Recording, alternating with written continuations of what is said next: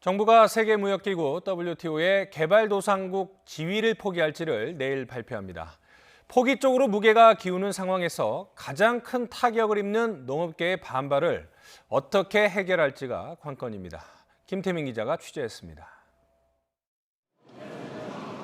3박 4일의 방미 일정을 마친 유명희 통상교섭본부장이 인천공항 입국장으로 들어섭니다. 유 본부장은 미국 고위 관계자들을 만나 WTO 개발도상국 지위에 대한 우리 측 입장을 집중적으로 논의했다고 말했습니다.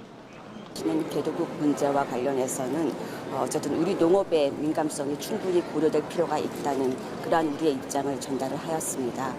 WTO 개도국 지위 논란은 지난 7월 트럼프 미 대통령의 발언으로 촉발됐습니다. OECD 가입, G20 회원국 등 선진국 기준을 충족한 나라들이 아직도 개도국 지위를 유지하며 특혜를 받고 있다면서 딱 꼬집어 한국을 비롯한 몇 나라를 들었습니다. 특히 우리나라가 미국이 내건 선진국 조건 4가지에 모두 해당하는 탓에 개도국 지위를 유지하면 무역 마찰을 피하기가 어려운 상황입니다. 그러나 개도국 지위를 포기하면 농업 분야가 큰 타격을 입을 수 있습니다. 외국산 농산물에 부과하던 높은 관세가 줄어들 수 있고 쌀 직불금 같은 농업보조금 역시 절반 가까이 줄여야 해서 우리 농산물의 가격 경쟁력이 흔들리게 되는 겁니다. 이런 이유로 정부는 농민단체 등과 간담회를 열고 대안 마련을 위해 머리를 맞댔습니다. 공익형 직불제 도입 등 대안이 제시됐지만 농업계의 반대는 여전히 거셉니다.